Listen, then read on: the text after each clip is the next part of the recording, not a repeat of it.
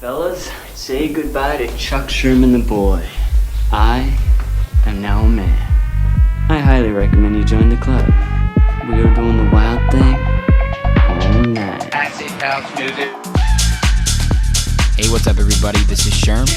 Sherman, I cooked all this food. Is that all you gonna eat? General Sherman realized and understood the importance of house music. So, do you know anything about techno? No. Listen. Get it on. Hey, what's up, everybody? Welcome back to another brand new episode of Sherm in the Booth. I'm, of course, your host, Sherm. Today is Wednesday, June 17th, 2020. This is episode 114. And ladies and gentlemen, I hope you are ready. I am so excited about this one, guys. We've got an international sensation, goes by the name of Jet Boot Jack. Hailing from the UK, I have over 20 of this guy's songs, actually. He is an aficionado for remixes. He is also a very talented original producer and is also a screenwriter and director as well. To say he's a multifaceted talent would still be cutting him short. This was such a fun interview. Like I said, he is in the UK, so we got to touch base on so many different types of things, differences between UK culture and American culture in the music world.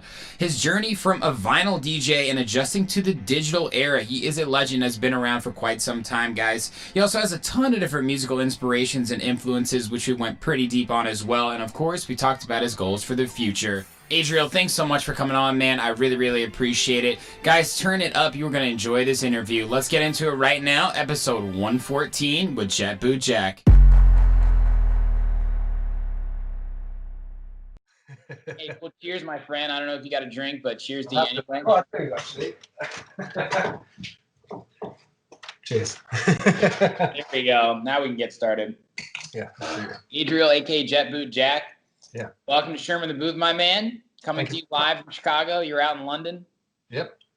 That's awesome. So cool to meet another international DJ. I've had a few international guys on before, and it's just such a pleasure to talk to someone at your level. So I really do appreciate taking some time. Well, thank you very much for the invitation.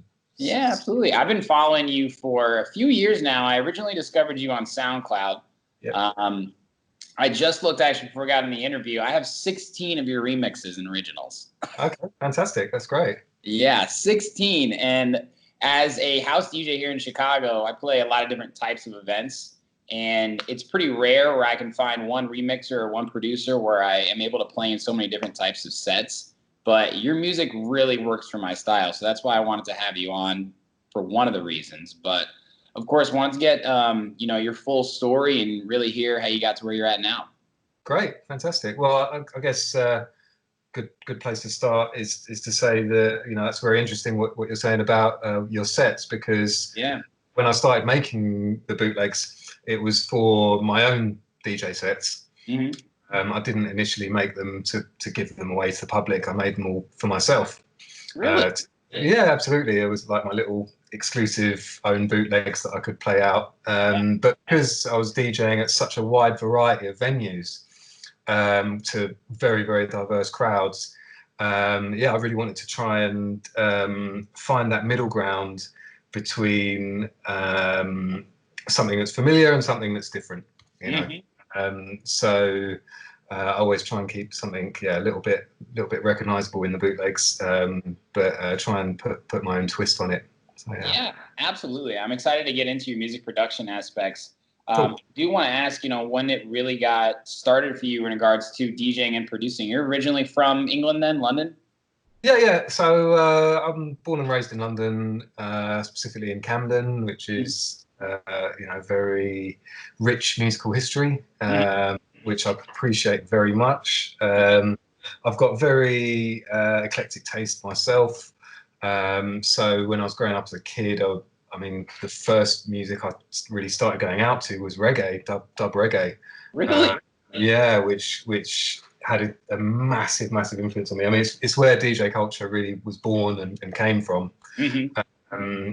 And it's all about the sound systems. Whoever's got the biggest sound system is the best DJ. I was going out to that from the age of 12, really, because I had older brothers who'd take me along to gigs and clubs. And just hearing, I mean, for me, I played bass guitar from when I was 11 years old. So bass has been a massive thing for me. And when I went along to these dub reggae things and heard the bass and felt the bass, I think that was the main thing. You actually feel it, you don't just hear it. And that was really when I kind of fell in love with clubbing at that really young age. And just such a great experience and such a great scene. Dub reggae, it's very welcoming, and you know, as I say, I was a little kid there, but there'd be, you know, older people and a lot of people. So, how old were you? I was 12 at the time. I mean, it was, you know, it's a very, yeah, because it's a very, yeah. Basically, the school I went to, there's a nightclub literally opposite the school, and and they used to do dub reggae on Thursday nights called Dub Club, and so I used to go down there, and it was very relaxed. You know, they kind of, you know, obviously they knew I was underage, but they let me in, and it was just very, yeah, it was just very nice introduction. And from there, as I got a bit older, I was very much into early house music, hardcore, hip house. Obviously, Prodigy were a big influence on me, and that whole sort of scene. So when I started going out clubbing with my friends rather than my brothers, I first started going to hardcore raves, which was great. Really loved that. It's great music for teenagers because it's just so high energy and fast. And from there, the scene kind of evolved into jungle, which again was a huge thing for me, and kind of two worlds meeting because it's got a very big dub reggae influence in jungle. It's kind of like hardcore meets dub reggae. So that really fit for me. And then garage, UK garage came along, and I kind of followed that as well. Now, what year did UK garage really make a boom? So, I mean, it's a very wide term, UK garage, and True. When people think about it, they're generally talking about sort of very late 90s into the early 2000s. But when I was really into the scene, was more the mid 90s, which was when it wasn't really, it was just called garage. It wasn't UK garage at that time, and most of it, not most of it, but a lot of it was American, Chicago. Yeah, I know. Yeah, of course, it was huge here. Yeah, so that was kind of the first. I mean, it's what you would really call house now. You know, that early garage stuff is basically house, and so that was when I first sort of started going out to that. To, you know, because I think there was a big sort of it's very specific house music, and then jungle and hardcore. You know, it was quite a switch. But I never sort of lost my love for that, the other music, and you know, still, you see my records behind me. I've got a lot of. Yeah, it's impressive. Well, that's not all. no. Yeah, so I was still buying records and DJing. Mostly just with my friends in my bedroom, but then I got on a pirate radio station when I was pretty young, and really DJing for friends' parties and things like that. You know, the scene at the time was a lot more, a lot less restricted in terms of sort of age restrictions and things like that. So you could, you know, have a party in a proper nightclub when you were 16, and you know, no one really cared. So yeah, I found myself DJing at a few of these things. Very fortunate that one of the first parties I ever played at, the birthday boy hired in Groove Rider, you know, big DJ, and MCGQ, and so I had the pleasure of sort of DJing early on too, right? That was just a big milestone for you early in your career then. Well, I mean, looking back, it was big, but you know, I was only 15 at the time or something, you know. So yeah, but sorry, it's my dog here. Come and say hello. Okay. And so yeah, just really cracked on with that, and then there was a very compact UK hip hop scene. I say compact because there weren't that many people around. It was kind of a very small scene where everyone kind of knew each other, and no one was really making any money. Yeah. And I started making hip hop beats at that point, and working with some rappers. Wow. Very much sample based stuff, which would kind of set me up for the future, really, because then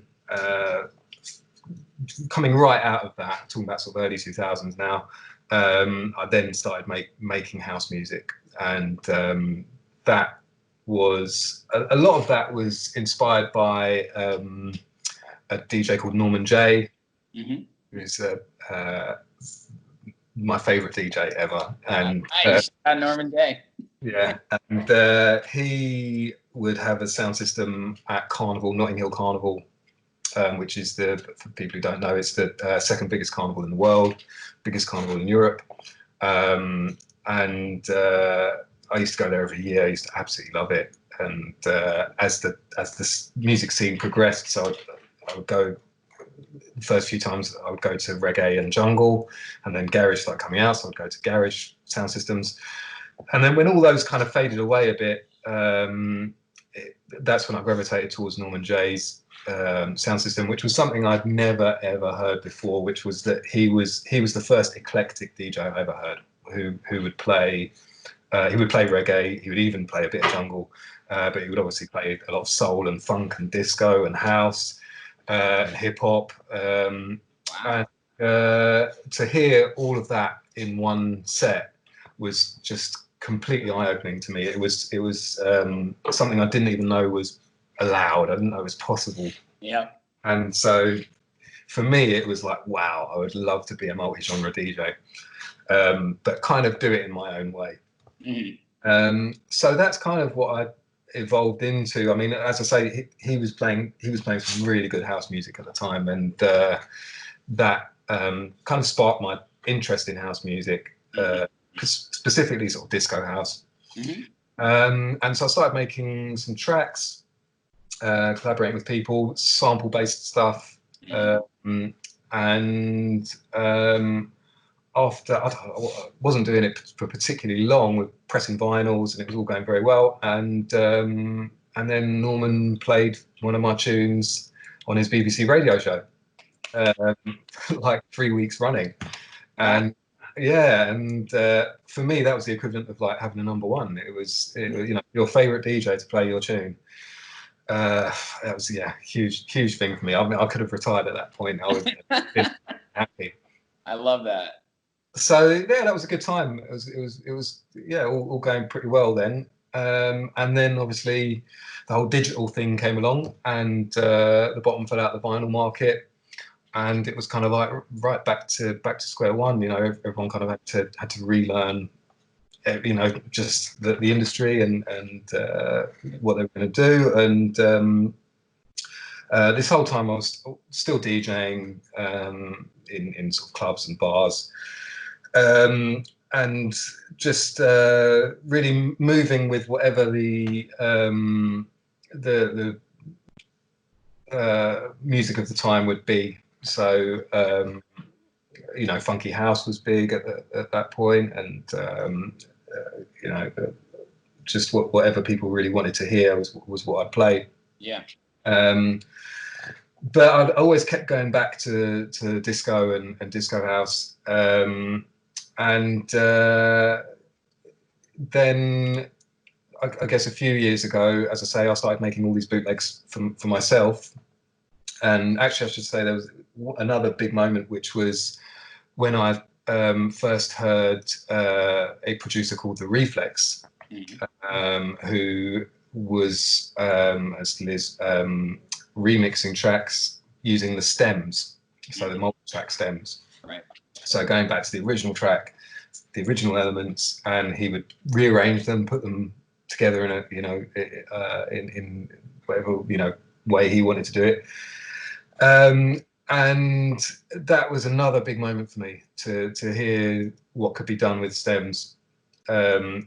I think there was one particular which was his remix of Stevie Wonder Sir Duke, where it kind of it drops all the drums out and it's just the music and the vocals, and I was like, wow, that's cool to be able to do that, because it's all about, for me, it was all about those sing along moments, to really make the most of them. His whole thing is that he doesn't add any additional elements, so he just uses the stems. He's very proud of the fact that he doesn't add any new instruments or sounds. He's just dealing with the stems. I kind of wanted to come at it from a different angle and try, not be so strict and actually add things, celebrate the fact that I was adding things, add instruments and add drums and everything. And that's kind of the route I've gone down more and more, which is initially the first few bootlegs that I did, it was kind of only drums I was adding. And then as time's gone on, I've been adding more and more of my own instruments, my own sounds to my remixes. I've noticed that. I've definitely noticed that. Yeah. Until it's kind of got to the point where I'm now kind of building my own palette of sounds.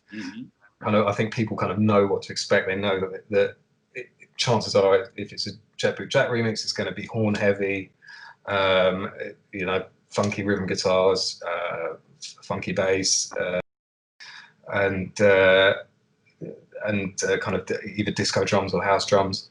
Yeah. And then I started being asked to do more official remixes rather than bootleg remixes. And that was really nice because it felt like I'd kind of been working up to that with this whole thing that I'm just talking about, which is adding my own sounds and stuff. So I could then apply that to any track, any original track, not just well-known classic tracks. Right. So that's kind of where I'm at the moment.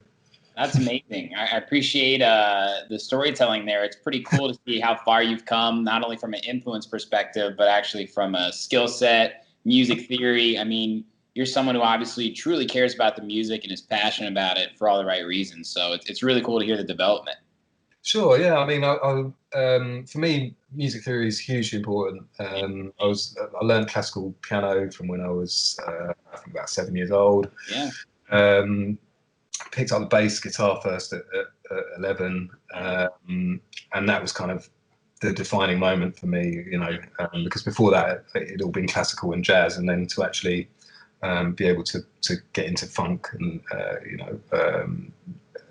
a bit of rock as well. That was a huge thing for me. But yeah, no, I think a lot of producers today don't know much about music theory, and that's absolutely fine. They do their thing and it's cool. But for me, I'm very into the whole theoretical side of it, the whole almost philosophical side of it. Really sort of breaking music down and just playing with it as well. With it. Absolutely. You're certainly perfecting your craft too, because you've released almost 100 remixes. Is that correct? Getting there? I would say probably more. Probably more? Yeah. I've not counted, but yeah, probably around that. I mean, I release one, I do one release a week, whether that's a bootleg or official remix or a DJ mix. But I would think I'm probably in triple digits. Yeah. So that's very impressive, sir. And you've had a lot of success remixing some of these artists, obviously, that you grew up on. Just some of the big names: Michael Jackson, INXS, Madonna, Stevie Wonder, Diana Ross. And you kind of explained this, but if you go a little deeper, although these are remixes, there's certainly a Jet Boot Jack sound. Disco house, really kind of how you defined it. Where does the inspiration come to actually pick a song to remix, though? Yeah, I mean, that's a really interesting one. So you're kind of dictated to by what's available. So where do you get all the stems and the vocals? It's very clean. I'm very impressed. Yeah, so I mean, for me, the vocal is the starting point, and if I can get an a cappella of a track, then I'll remix it. If the acapella is not available, then chances are I'm probably not going to touch it. It's you know, I know a lot of people do remix tracks just by adding things to the original. I really like to have the freedom of having the, as you say, the cleanness there. Yeah. I am making original tracks using samples rather than multi tracks, rather than stems. But if it's a bootleg remix with the full track, then yeah, I'll will work from the acapella, the original acapella as well. I know that a lot of people do resung things and things like that. I would much rather use the original acapella. I mean, as far as stems and multi-tracks, you can find a lot online. I think there's less than there used to be. I think there was some forums like on Reddit and things like that, which were people just swapping stems and stuff. I think they got shut down, but luckily I kind of downloaded a whole bunch of stuff before they did. But for me, it's kind of if the stem, if you can't find the stems, then I'll just replay things. I don't know. I'm kind of, as we kind of talked about, I'm kind of moving in the direction now where I'd almost rather replay stuff or do stuff in my own way rather than sort of rely on the original stems that are there. Yeah, absolutely. I love that. And it's great that you have a sound for remixes, obviously, too, right? Like anybody can remix a song, but to actually be able to tell a story the Jet Boot Jack style, and people have acknowledged that. They're having you do official remixes. You mentioned you've been producing originals. Have you always been producing originals kind of in the background and now you're comfortable with it? Or where are you at sort of from a production standpoint there? Sure. So, I mean, a huge thing for me is time management. That I've got a lot of other things going on in my life. I'm also a screenwriter and a director. Yeah. A whole other world which kind of intersects, but they're both very demanding worlds in terms of time.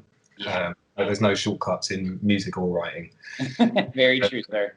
So for me, it's kind of there's a million things that I could work on today. What's going to be the most productive thing to work on? So in terms of the original productions, as I said, I was doing that almost 20 years ago now, when kind of disco house first started to sort of take off. And funnily enough, I'm now revisiting a lot of those tracks and rebuilding them, or things that I'd never, I thought, oh, that's a great sample, but I'd never used it. Now I'm going back. Graveyard. You went back to the graveyard then, right? Yeah, absolutely. And I mean, it's kind of like all that work there is now paying off, where I've got a whole load of stuff lined up, some really, really great tracks that I'm just now putting together. And it's kind of the bootlegs have allowed me to do that. So I've built up this following through giving away the free downloads, the bootlegs. And now it's like, right, okay, now's the time to get the original productions out there. So I've been working on a lot of those, polishing a lot of those off. Just signed one today to a great label. So I mean, I had my debut EP came out a few weeks ago on Hot Digits, which is lovely. Guy Fingerman runs it, great label. And that was the first original productions I put out under Jet Boot Jack. Wow. But there's going to be a lot more definitely. And it's not so much that I'm consciously moving away from the bootlegs. I will still be putting bootlegs out. It will just be that there'll be a bit more, with the weekly release schedule that I've set myself. Chances are, whereas it used to be every week was a bootleg, now it's going to be bootleg, then official remix, then original track, then a DJ mix, then another bootleg. So it's a bit more variety now. Yeah. And I'm really embracing that. I love the fact now that I've got different facets that I can be working on. So I can, working on a bootleg feels very different to working on an official remix or an original track. So it's really nice to have that diversity, that, just finding things which fit in different boxes. Mm-hmm. Excellent. I mean, it's really cool to see you just now releasing originals because, in America, probably about, maybe 5-6 years ago, SoundCloud remixing blew artists up. Some of the biggest American artists, I'm not sure if you've heard of Blau before, but he was releasing these mashups and remixes, and he became really popular. And like you, was crafting his sound kind of in the background and then became really big on his original music. So it's a proven formula, and I respect you and commend you for doing that, sir. And I'm excited to hear you continue developing that sound as well. I love it. Cool, great, thank you, man. Thank you. I'm excited too, and it's just so nice to be working with artists, real artists who you can communicate with, rather than with the bootlegs. Obviously, I'm not going to be able to get Madonna on the phone and see what she thinks of the remix, but she'd like it. I'll speak for her. Okay, but I love that. I love that, and I love that I'm working with people from all over the world. It's that's just such a great thing. It's so nice, and a fairly new thing. Only in the last decade or so that you've been able to do that.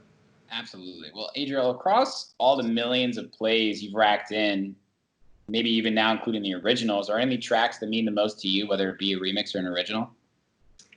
I mean, I know it's a bit of a cliche, but it's always the one that you're working on. The one that's coming out next is the one that you are feeling the most, and I think that's kind of the way it should be. Really, I don't really look back that much. I don't really go back and once I finish something, I try and move on from it. I think a tune is never really finished. Like, there's always something more you can do to it.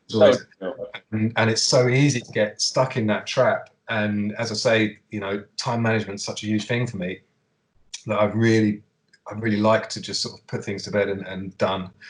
Having said that, if I do then go and listen to, if I do listen to an old track and think, oh, actually, this really does need an update, then I will go and do that. And you'll see on my SoundCloud, and that's what I love about SoundCloud actually, is that you can replace a track. You can have the same track but then replace the audio.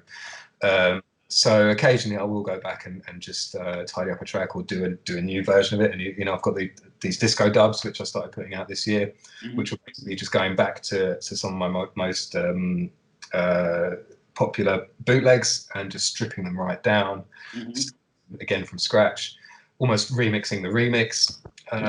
And that was great fun. Really enjoyed that. I'm sure I'll do a few more of those. But it's just I'm always trying to move on to the next thing. So yeah, I do have some real favorite tracks at the moment, but none of them are out yet. So. Okay, good. Well, then people got to stay tuned. I'm excited to hear, sir. Yeah, absolutely. So I want to ask you more about being a live DJ. You've got so many years of experience, and this is a two-part question. The first part is, having all these ups and downs in the music industry, like you said, when it was vinyl and then that just fell through the floor, you had to restart. What keeps you coming back as a DJ producer in the electronic game with all the things that can come in your way? Is there a real visceral component that you love the most about it? And if so, what is it? So, I mean, for me, if I knew that no one was ever going to listen to any of my music ever again, I would still be making it. Love it. I make music I make music for other people, but I also make it for myself. It's the process of making music, which is what I love. So everything else is a bonus. So for me, it's making the music is the thing for me. As far as DJing, it's a bit more DJing's a bit more up and down, where you have good nights and you have not so good nights. In the studio, kind of every day in the studio is a good day, really. You never kind of walk away and think, oh, that was that didn't really go well. Yeah. But yeah, with DJing, you never know what you're going to get, and it's almost that not knowing which is kind of addictive. It's like it's almost like when you go to a gig as a punter, you're like, is this going to be a good gig? Is it going to be a bad gig? You don't know. You kind of bit excited, bit, you know, am I going to be disappointed?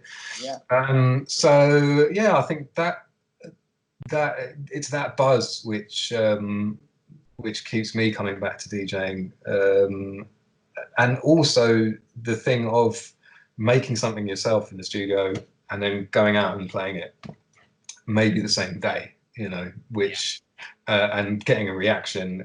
You really can't beat that, you know. That it's very, you know, because that's the whole thing about DJing, is that it's instant. You know, you play something and you get a reaction. Whereas if you're in a studio, you play something, you kind of have to wait, or maybe play it to someone. But that's about as instant as you can get if you can make something in the studio and then go and play it out. So yeah, I love that. It sounds like the 11 and 12-year-old Adriel inside of you is still there in a very real way. The bass player and the kid who was going to the Dove Clubs at 12 years old then, right? Absolutely. You know, mate, this is the same guitar. This is the same bass from when I was 11. Wow. You'll hear on all the Jack tracks. So yeah, no, I think it's very important to keep hold of that. You know, I think people often take music a bit too seriously. Like, music's hugely important. Yeah. But we're not curing cancer. Yeah. You know, it's supposed to be. It's the entertainment industry. You know, the entertainment is the key word here. You're just trying to make as much fun as possible, and that should be for yourself as well as your audience, I think. Absolutely. Now, I want to get a little deeper on actually sort of your experience as a DJ in England. You know, in America, as I'm sure you can imagine, and similar to Europe too, there are a lot of people with different preferences. As far as I've learned from people that I've interviewed and my own experiences in Europe and England, people are a lot more accepting to house music. And in America, that's why your music works so well, Adriel, is because you bridge that gap of house music and a song that you can sing along to, right? And that's where it's really, really working well here, at least in Chicago, is I can play it at an actual club, and I can also play it at an outdoor bar type thing. Yeah. Off that statement, what sort of similarities or differences do you experience when you DJ or have in the past? Does it work or not? Do you mean between different countries or just within? Yeah. Like, from my experience, my story there, is it similar for you? Sure. So, I mean, yeah, absolutely. And it kind of goes back to what I was saying earlier, that when I first started making these remixes, the bootlegs, was because I was DJing to such diverse crowds. Yeah. And there were, yeah, I mean, there were a lot of places I was DJing where I couldn't just bang out some house music, which I would have loved to have done. And you have to be mindful of that. You know, you have to, again, you have to entertain yourself, but you're there to entertain the crowd. Right. And so, yeah, it was, for me, it kind of started with like, okay, here's a tune that people want to, that I know people want to hear. Is there a way of presenting it in a way where I don't feel like I'm compromising my own taste and style, and maybe a section of the crowd will be like, oh, this is cool, but the majority of the crowd probably won't even notice. Like, they'll probably even won't realize that it's a remix. You know, they're just like, oh, they just hear the bit that they remember and they sing along to it, and that's that. Mm-hmm. And that's absolutely fine. I'm totally cool with that. I don't, you know, I'm not snobby at all about things like that, you know. Right. And you know, I think because of that whole style, that niche that I got into, I did get a lot of, or do get a lot of wedding bookings and things like that, and it's great. You know, some of the best gigs I've done have been weddings, because you know, people have this thing in their head about weddings and wedding DJs. I think it's probably worse in America, to be fair. Yeah. Here people are a bit more kind of maybe bohemian about it, where, you know, it's okay to have a wedding where you don't hear those songs, which, you know, the traditional wedding songs. Oh, that is not how it goes in America, my friend. Exactly. So I get a lot of people approaching me, saying, you know, people maybe in their 30s who, or 20s even, who go clubbing a lot and are like, look, we don't want to hear the regular wedding set that every other DJ plays. Mm-hmm. And the thing is, when I play at a wedding, I know that everyone from the teenagers to the elderly people are going to be dancing, because I'm going to cater for all of you. And it sounds like, well, how are you going to do that? But you can do it. You can do it. It's hard, but you can do it. And even when if I am doing a multi-genre set, which is a bit more rare these days. I used to do a lot more, say in a bar or a small club. Right. And that's when I try and build. It's like, almost building a wedding vibe in a club. You want people to just feel like they're at a party rather than a club. Yes. That's what I try and do.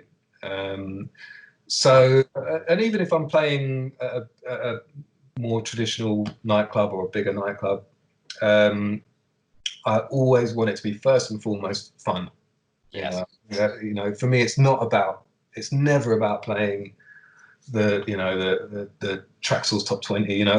This is an exclusive promo that's not going to come out. Audience don't know. That's just a bit self-indulgent. I feel. Yeah. I like to give people what they want, but then also something that they maybe didn't know they wanted, or just something a bit unexpected. You can find sort of live sets that live recordings of sets I've done, or videos of sets I've done, and I think people will kind of get the picture if you listen to those sort of things. Whereas on the other side of it, I do this radio show on Set Force Radio once a month, and that's much more connoisseur, just straight house and disco. Right. But yeah, I mean, you'll hear the sets I've got online, which very, very eclectic. But I think now I'm sort of very much focused on disco house and that sort of sound. I like to use the word cater because I think of that too, right? Like, it's basically a one-man show, except we're cooking for an entire group of people that all likes different types of food, right? So you got to think, all right, well, this side likes a little bit more spicy, but I got to have a little bit more sweet over here, right? And that's probably the most difficult but fun part about being a DJ, right? Is not only trying to stay true to yourself, and I think you've done an amazing job by creating your actual own remixes and sound, but also by trying to please the masses. So I relate to you there, sir. I really do. Yeah, I mean, it's a tough job. That specific window of DJing, it's very hard to nail without going into the cheesy territory. It's easy to go cheesy. Yeah. But again, as I say, I'm doing less and less sets like that now anyway, because the crowd kind of know what to expect when they, the sort of sets I'm talking about would have been when people come and they've got no idea who's DJing. I love that. Yeah. Now, Adriel, you mentioned earlier you're an award-winning screenwriter and director. Can I hear more about that? How long have you been doing that for? Yeah, so not as long as the music. Been doing it probably about 10 years now. Okay. Which in writing terms isn't actually that long a career. And it's a bit, I don't know how much detail you want to go into, but basically, I didn't know anything about the whole scene. I knew I could write. I did a bit of music journalism. I was kind of published music journalist, so I knew I could write. And then I had an idea for a script, and I wrote a script which was a TV comedy drama. Wow! And first thing I'd ever written, and it got optioned, which means it got picked up by a big production company. They bought it, which is kind of unheard of, like for someone's first script to be picked up. Yeah, that's unbelievable. And it was actually an amazing producer who's very well, TV producer who's very well known in this country. But you would probably know him as an American. He was Tracy Ullman's husband. Mm-hmm. I haven't heard of it. Go ahead. Okay, sorry, I thought you might know Tracy Ullman. Okay. So anyway, and so that was the start of it, really. I then wrote and directed a few independent films, and now I also did some documentaries, and now, just sort of writing for TV, and just done something for the BBC, and it's I love it.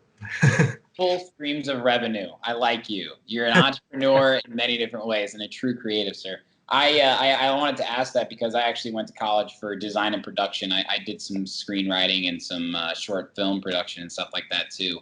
And I have a day job that's just sales, and just it's kind of a thing where you have to try different things. And it's interesting when I try and do creativity in other creativity fields, it helps me get inspired in other creative fields. Do you feel that happens with your music and your screenwriting together?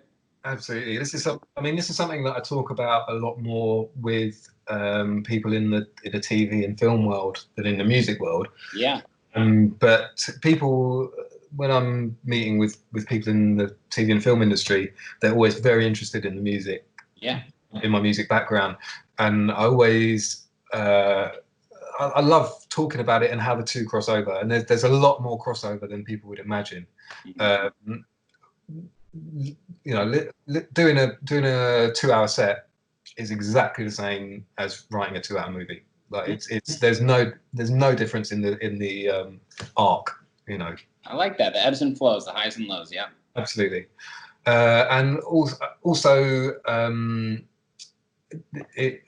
it's with writing, a hugely important thing is rhythm. It's particularly in dialogue. Good dialogue has a rhythm, which you'll know, from Quentin Tarantino or from David Mamet. Yeah. So I feel that there's a lot. My music informs the way I do music, informs the way that I write hugely. And again, it's all about fun for me. Even if I'm writing something dramatic, there's got to be an element of fun in there. It's got to be enjoyable to read and to write. I think there are some ways in which my music is informed by my writing, but I think it's much more the other way around, really. I think that but it's just so nice to be able to do both. And I mean, one question I get asked a lot is, if you had to choose one, which would you do? And particularly by people in the music and film industry. I haven't quite reached a point where I have to choose, and I really hope I don't reach that point. But I'm perfectly honest, it's my time is very, very stretched at the moment. But yeah, those are two great things that you're at least passionate about, right? It's not like you got to be a railroad worker or something like that.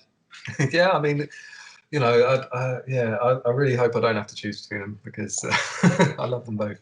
I think just from talking to you right now, even if you had to choose one or the other, I think one would still be involved in the background, it seems like.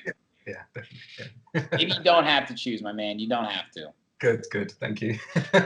One creative to the next. Yeah. Now, Adriel, I want to ask you, with again, so many years of experience, you've seen so many changes. I mean, to talk to someone who really got started in the vinyl game and then see it go to all digital, and now fast forward through all these genres that have come and gone. And house really been like this the whole time, right? It's continuously gotten bigger. It's never taken a downturn. And now I feel we're at this axis where house music and pop are overlapping. Absolutely. Right. And that's where I'm at from a production standpoint, from a DJ standpoint, and from people I talk to all over the world. And it seems to be universal that they think this is the next turning point. What's your opinion on where music is going in the next decade, let's say, if you can answer?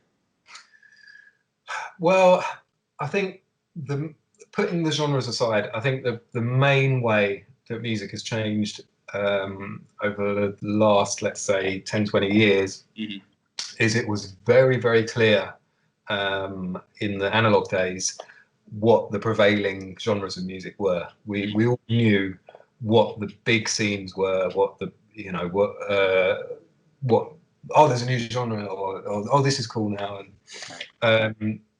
and I think really that's been watered down a lot. I don't know if it's a bad thing or a good thing, but I think that there's so many people making music and listening to music that actually it's impossible to keep track of it all. To keep a hold on it all, and you're always going to find little corners little pockets of people who are really into this very specific type of music, and others who are into this.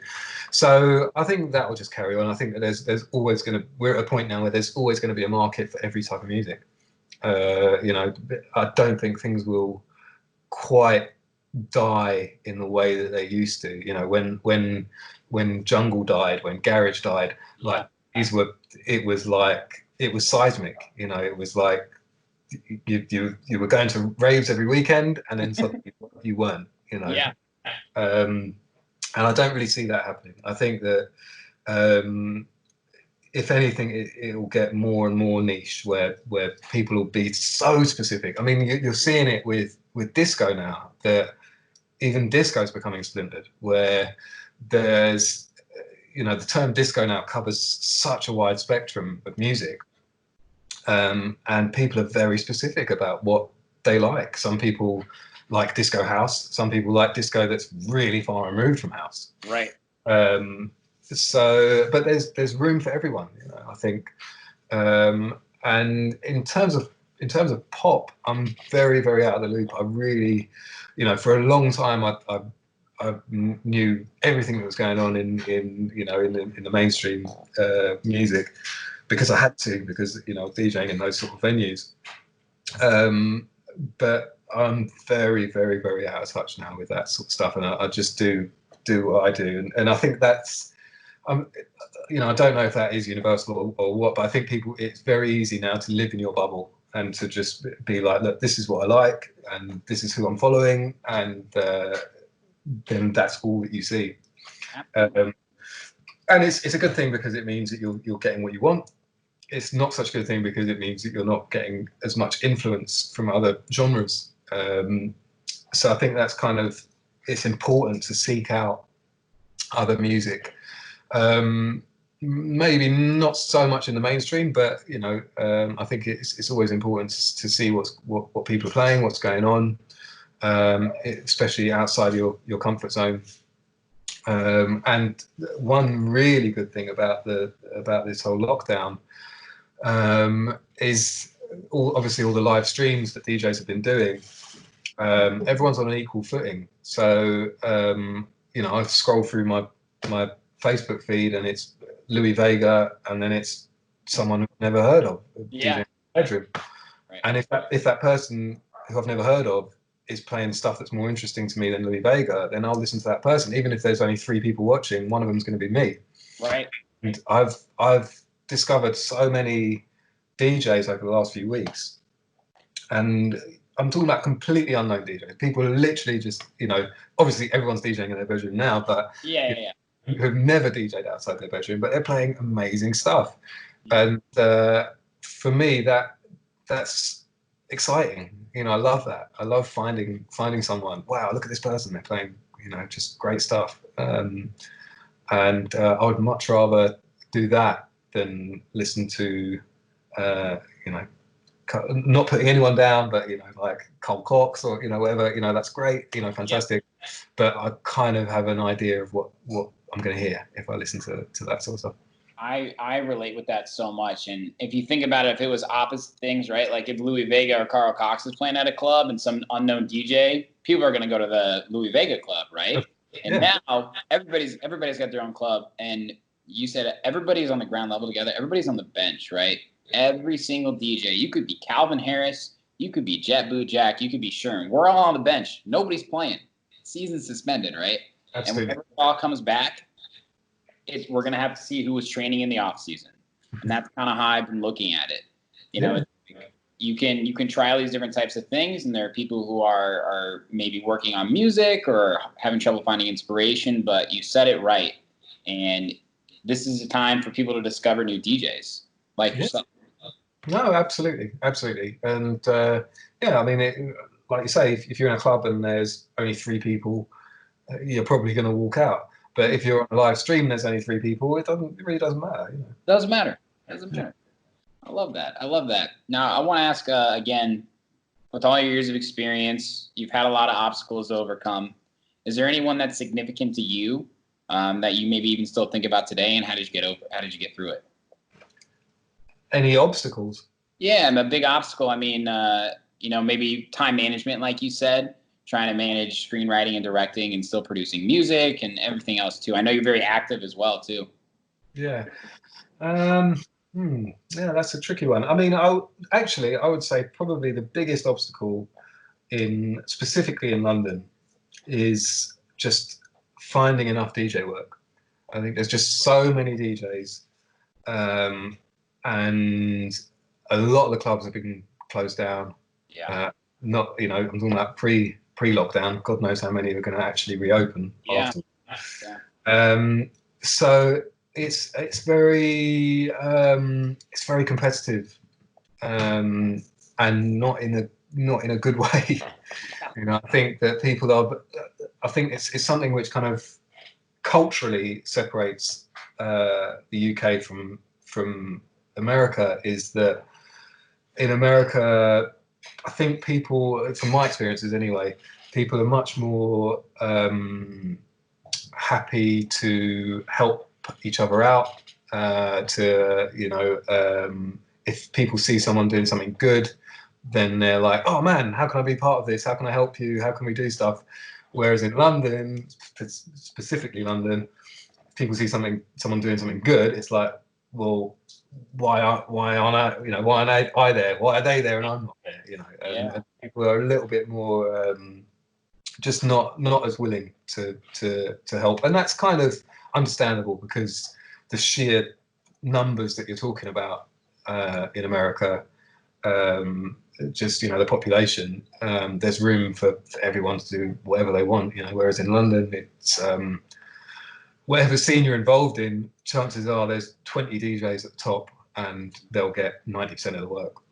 Yeah, that is true. I've heard that before, and specifically in Chicago, the Midwest, this part of the country, friendly people willing to help out. And, even in bigger cities like New York and Los Angeles, it does have that competitiveness where there's at least 100 guys before you, right?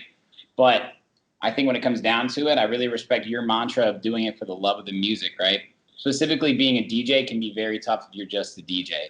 But if you separate yourself by either producing or you're a special type of DJ, if you're someone like myself who does podcasts, you got to be a little more than just a DJ these days. And it's hard to differentiate yourself if you're just a DJ because there's no barrier to entry, right? Back in your day, when you're first getting started, you got to buy records, you got to carry those things around. Now you can just have a USB. You can have a computer that tells you if you're on beat. You can bring whatever headphones your mom might buy you a controller at 16 years old, and you can use that same thing in the biggest festival in the world. The times they've changed, but it's saturated the market, and it's an interesting perspective too, because I do hear that again, like I said, in London and New York and LA, but Chicago, there's a smaller market. It's concentrated, but everyone is willing to help each other out. No, that's good to hear, man. And yeah, I mean, you're absolutely right, though. It is a lot about differentiating yourself from everyone else. Something I've done to try and do that is I've just recently launched a live band, which which is I mean, it was before lockdown, so obviously it's on hold now. But it's all female live band, very talented musicians. So I've got a guitar player, sax player, and 2 vocalists, and we replay the bootlegs that I make. We replay them live. If you go online, you can find we did a promo video which came out really, really well. Really pleased with that. So yeah, I mean that's something that I've launched to try and make. I think that the whole thing is trying to make more of a show rather than a gig, if that makes sense. So you really want to try and make it as interactive and as special. People want something special. They want to know that what they've just seen is unique, and it's never going to be able to recreate that exactly again. So again, fun. Fun is just so important for me. Is just how can you make something more fun? Yeah, Adriel, you said it earlier. This is the entertainment industry. Yeah, absolutely. It's as simple as that, and it's clear that you're in it for the right reasons, and it's again an honor to hear your story and talk to you about this stuff. Is there anything you'd like to promote that's coming up? Obviously, you just said you've got some original music. That's your favorite track you've ever made. When can we expect these sort of things? So I've got a big track which is out this week, which is the biggest artist I've remixed so far, which is Nightcrawlers, who you might remember from Push the Feeling On. Yeah. So